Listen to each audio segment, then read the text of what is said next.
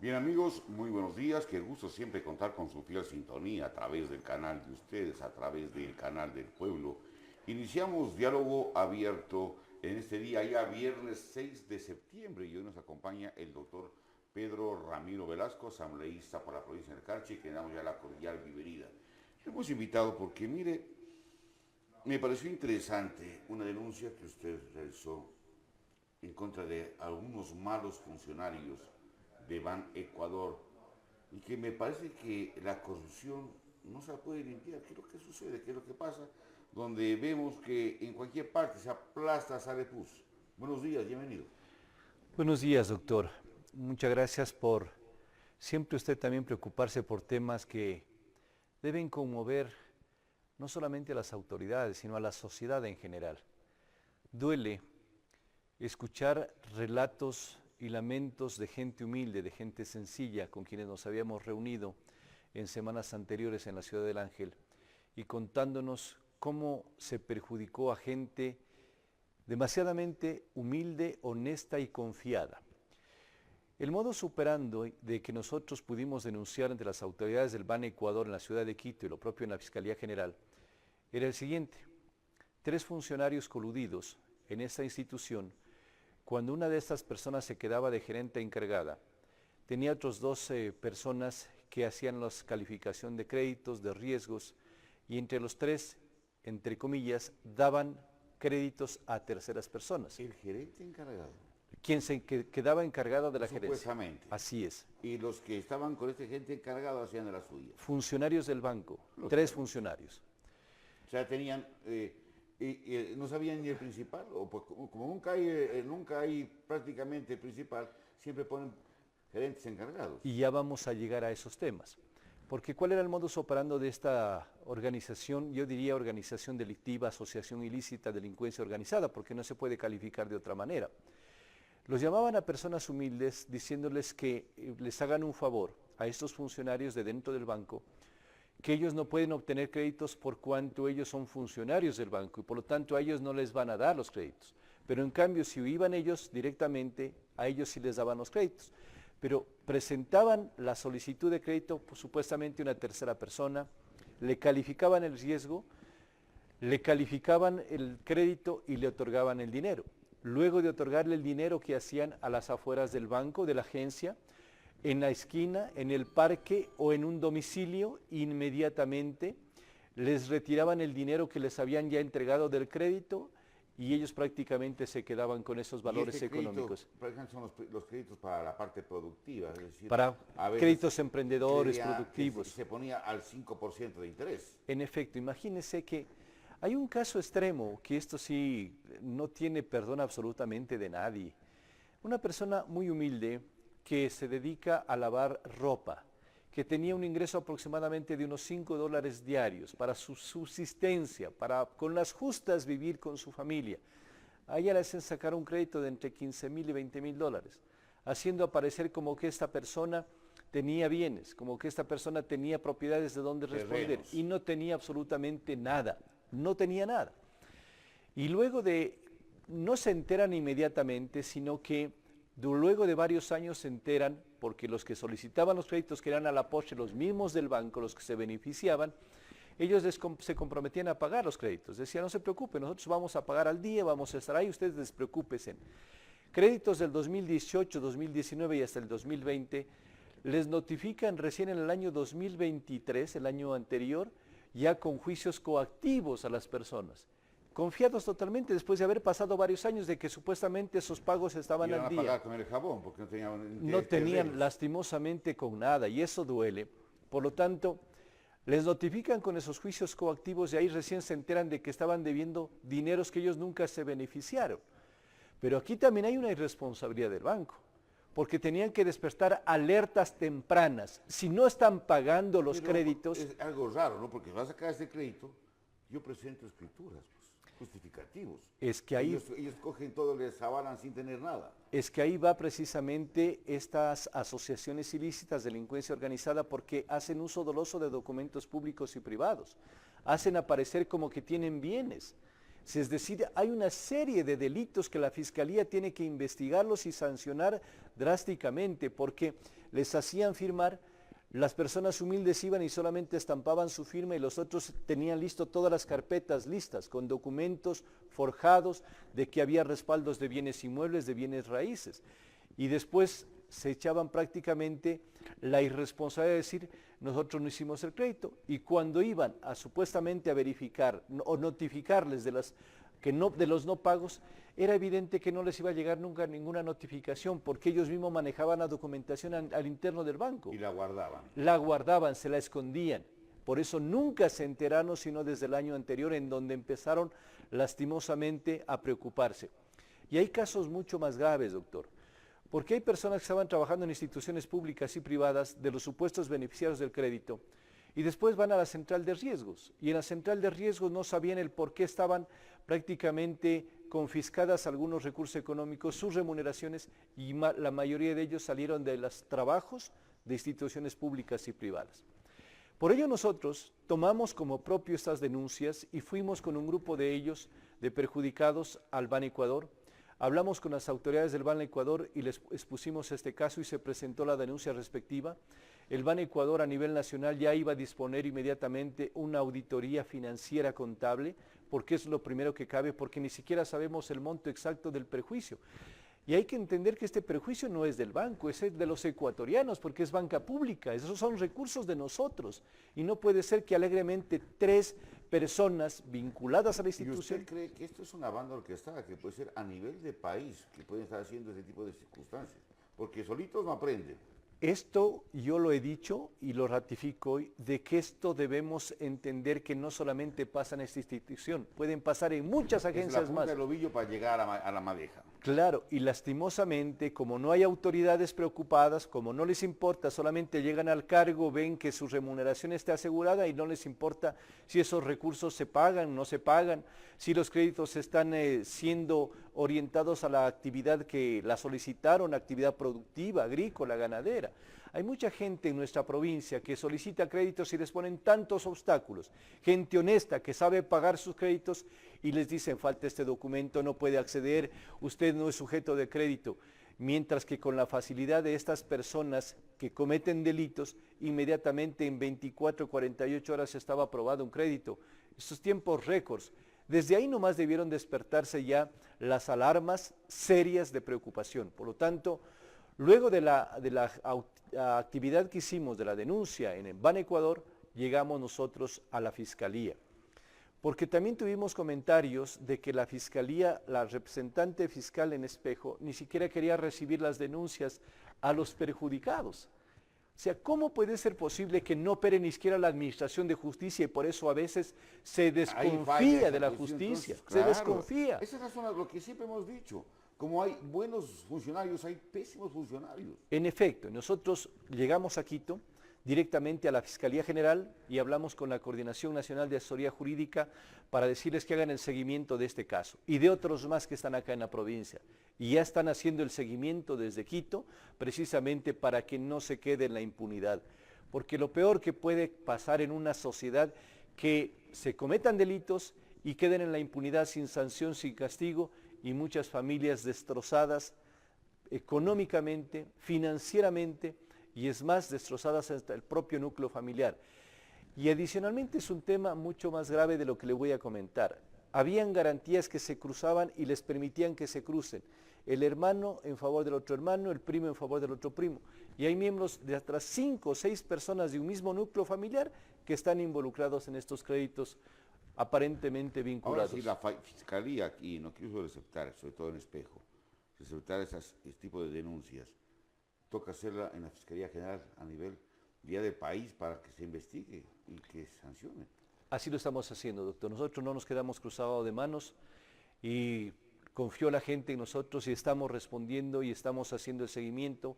Tengo la información de las diligencias que se están realizando, de que se están haciendo, y este debe ser un llamado para que estemos pendientes de muchas instituciones del sector financiero contable, porque estos casos pasan en muchas instituciones y a veces por temores a represalias, por vergüenza no los hacen públicos. Hay que hacerlos, hay que denunciarlos, porque no podemos ser cómplices ni socapar ese tipo de actividades delincuenciales. Dice, por favor, preguntarle al doctor Velasco, en Ban Ecuador de Tulcán pasan estos casos? Porque nosotros los artesanos tenemos nuestros créditos. Tendrían que presentarme en forma muy reservada, no se preocupen, la denuncia respectiva. Ustedes saben que yo estoy aquí en la ciudad de Tulcán viernes, sábado, domingo, que puedo receptar esas denuncias hasta el lunes en la mañana y darles el trámite y el seguimiento respectivo. Esto que se entienda, aquí hay un compromiso de fiscalizar con seriedad, con objetividad, no hacer escándalo, no hacer un show, sino al contrario, tomar las cosas con seriedad. Ustedes mismos ven, doctor, usted ve que aquí yo no ando publicitando en ningún medio de comunicación. Ustedes se han enterado de este tema y aquí me tienen para hablar con seriedad y acciones concretas y prácticas. Aquí no estamos pretendiendo absolutamente perjudicar a ninguna institución ni hacer un... que brille la justicia sobre todo. Eso es lo fundamental, que brille la justicia y que se proteja a los sectores más vulnerables de nuestra sociedad, porque ya basta de perjudicar. Han habido, sí, créditos vinculados que han entregado pero millones de dólares y después con el tema de remisión de deudas no les cobran. A ellos sí no pasa nada, pero a la gente humilde hay sí ajustarles hasta asfixiarles económica y financieramente. Y que en el país pasan este tipo de cosas. Y lo que me preocupa, y que se tiene que investigar en la Asamblea Nacional, supuestamente es el ingreso de fusiles AK-47 al país proveniente de México. ¿Sabía usted esto? Sí, eso fue denunciado públicamente. Sabemos que lastimosamente las organizaciones criminales, estas bandas delincuenciales, lo primero que hacen es para fortalecerles al interno. 10.000 fusiles de México venían al Ecuador.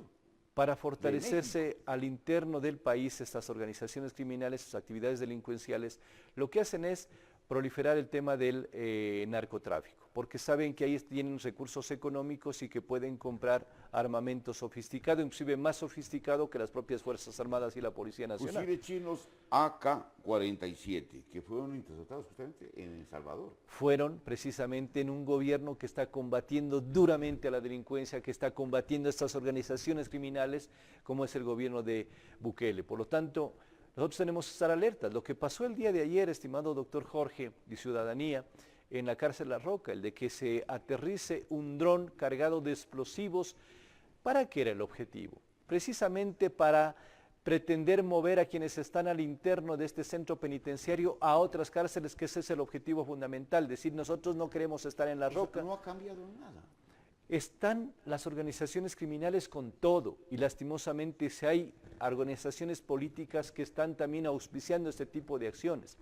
En buena hora detectaron ese dron, lo hicieron explotar controladamente, pero ya hubo destrozos dentro de la cubierta de la cárcel La Roca. Pero lo que tenemos que mencionar, aquí hay un mensaje claro. La delincuencia no va a parar, no va a cesar en su afán de intimidar al gobierno con sus afanes de secuestros, de extorsión, de vacuna, de sicariato, de robos, de delincuencia. Tenemos que unirnos la gente ecuatoriana, tenemos que unirnos la gente buena. Y si nosotros no nos unimos para enfrentar estas organizaciones criminales, vamos a tener lo que en su momento fueron algunos países de Centroamérica, donde las maras, estas organizaciones, pandillas juveniles, se hacían cargo del país y ya no había respeto a las leyes, y ya no había respeto a la administración de justicia. Y también un llamado a que nuestros administradores de justicia, que hay buenos también, como bien lo manifestó, tienen que actuar apegados a la ley, con mano dura y drástica. Si nosotros no hacemos ese control de los organismos de justicia, un control ciudadano, ético, responsable, lastimosamente este país se va para atrás. Y que se investigue, pues, ¿no? Cuando se dice que llegó un tal tipo de armamento, tiene que el Comando Conjunto de las Fuerzas Armadas hacer una fuerte investigación. También en la Asamblea Nacional para buscar, porque si no comenzamos a cortar cabezas, solo nos estamos quejándonos. En efecto, y no solamente es lo que el último cargamento que venía al Ecuador. La frontera sur lastimosamente es muy permeable también, están ingresando por el lado del Perú y se han detectado varias incautaciones y confiscaciones de armamento, pero nuestra frontera tampoco, nuestra frontera norte tampoco es de las más seguras. Usted sabe que tenemos una frontera de aproximadamente 700 kilómetros con el vecino país de Colombia y eso hace que podamos ser bastante vulnerables. Así es que todos tenemos que trabajar en este afán de dar por lo menos seguridad, de dar confianza a nuestras generaciones presentes y futuras. Son temas muy importantes, trascendentales para una fuerte investigación para la seguridad del país y la Asamblea está empañada en hacer juicios políticos. Esa es otra de las debilidades políticas que se evidencian de ciertos sectores y de ciertos actores políticos. Perseguir a la fiscal, a quien está combatiendo la delincuencia frontalmente, a quien está llevándoles a la cárcel a delincuentes, organizaciones criminales, el archivar juicios políticos sin tener autorización, solamente con el afán de que se adelante el juicio político de la fiscal, eso es lo que se hace lastimosamente y la ciudadanía tiene que conocerlos. Hay organizaciones políticas al interno de la Asamblea que se prestan para eso y lo hacen, no van a trabajar. Cosas más trascendentales, una ley animalista. Imagínese, es otra vergüenza de las tantas que están pasando estos días. Antes de ayer, estimado doctor Jorge, aprobaron 3 organizaciones políticas que hay que decirlas con nombres y apellidos: Revolución Ciudadana, el Partido Social Cristiano y sus aliados. Y aprobaron una resolución supuestamente, ¿para qué? Para desconocer una sentencia judicial. ¿En qué país estamos? Ya se desconoce, se irrespeta el derecho. Un juez dicta una sentencia y solamente con la resolución se dice que no se la cumpla. Y en esa sentencia, ¿qué se decía? En esa sentencia se decía que no hubo competencia para archivar 3 juicios políticos anteriores y que debía retrotraerse. ¿En contra de quién era esa sentencia? En contra precisamente de la Comisión de Fiscalización y Control Político que organizó y orquestó este archivo ilegal, impune de los juicios políticos. Por lo tanto, así es lo que está pasando y tenemos que ser nosotros serios cuando asumimos un encargo de representación popular. Si hay que fiscalizar, hay que hacerlo con seriedad. No hay que desconocer que hay una facultad de fiscalización, pero responsable. ¿Dónde está la independencia de la justicia entonces? Es que no hay lastimosamente una autonomía, una independencia de los poderes del Estado.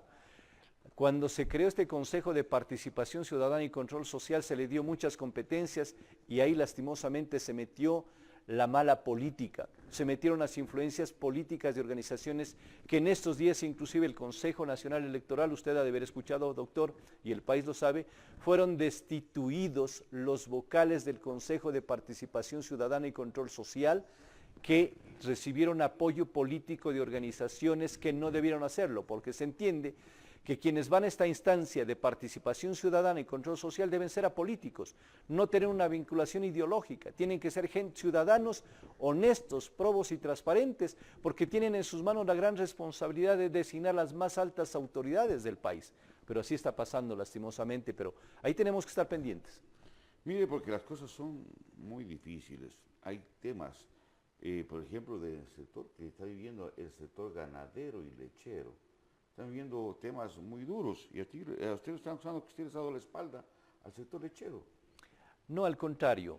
Nosotros estamos haciendo algunas gestiones. Me imagino que la inquietud es de Alfredo Villarreal. Así es. Sí, él había tenido contactos desde hace mucho tiempo atrás, desde cuando tuvimos el acercamiento para el tema de fijación de precio de la leche, con la propuesta que nació del asambleísta por Chimborazo Mariano Curicama. Inclusive nosotros ayudamos a socializar ese proyecto de ley con los ganaderos del Cantón Montúfar, se aprobó esa ley.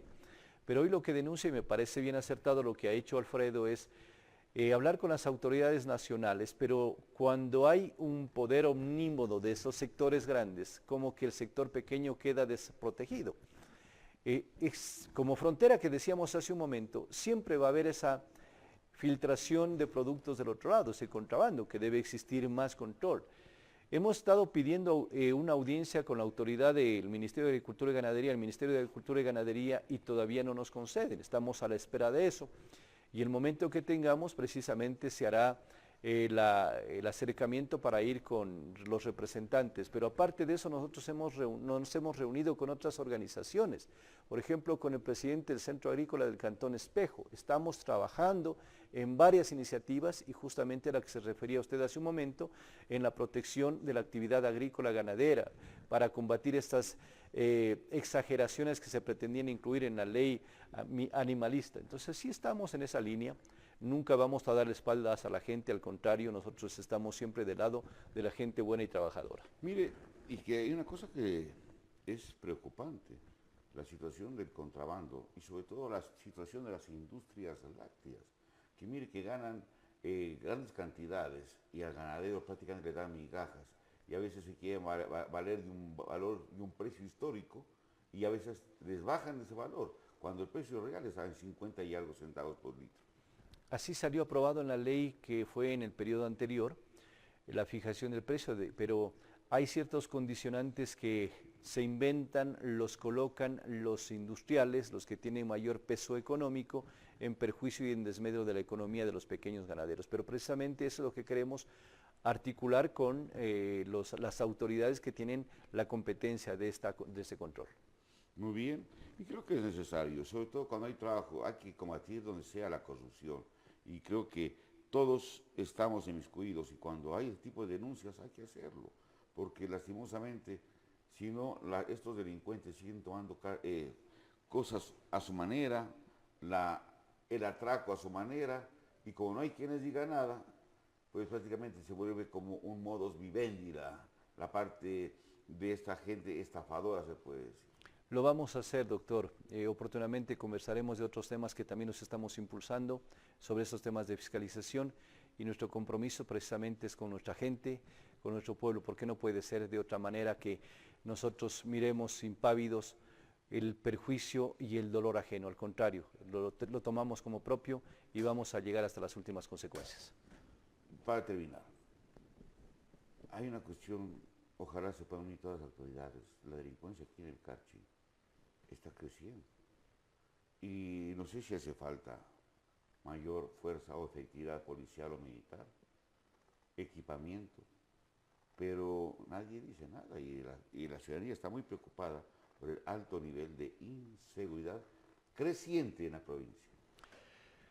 Sí, nosotros miramos que hay un trabajo bastante positivo, organizado, coordinado entre las Fuerzas Armadas, la Policía Nacional, y hay que seguirles apoyando y hay que seguirles entregando esa confianza y ese respaldo, porque no podemos de otra manera nosotros solos enfrentar este tema. Yo veo que hay una buena iniciativa de los barrios de Tulcán.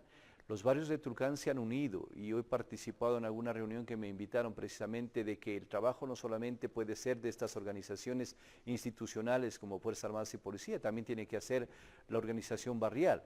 Y les aseguro que si es que nosotros nos unimos, como decíamos hace un momento, podemos enfrentar estos flagelos que podrían estar afectando a nuestra ciudad, a nuestra provincia, pero todavía tenemos que decirlo y reconocer que nuestra provincia, a diferencia de otras, seguimos todavía en manos de buenas instituciones de la seguridad, pero tenemos que seguir consolidando un trabajo armónico y equipado. A ese falta, sí, y hay que seguir insistiendo de parte de las autoridades provinciales y nacionales que inviertan más recursos económicos en la frontera norte, que no solamente es el tema de armamento, de equipamiento, de videovigilancia, también es necesario generar fuentes de trabajo, fuentes de empleo, porque eso es lo que combate la inseguridad.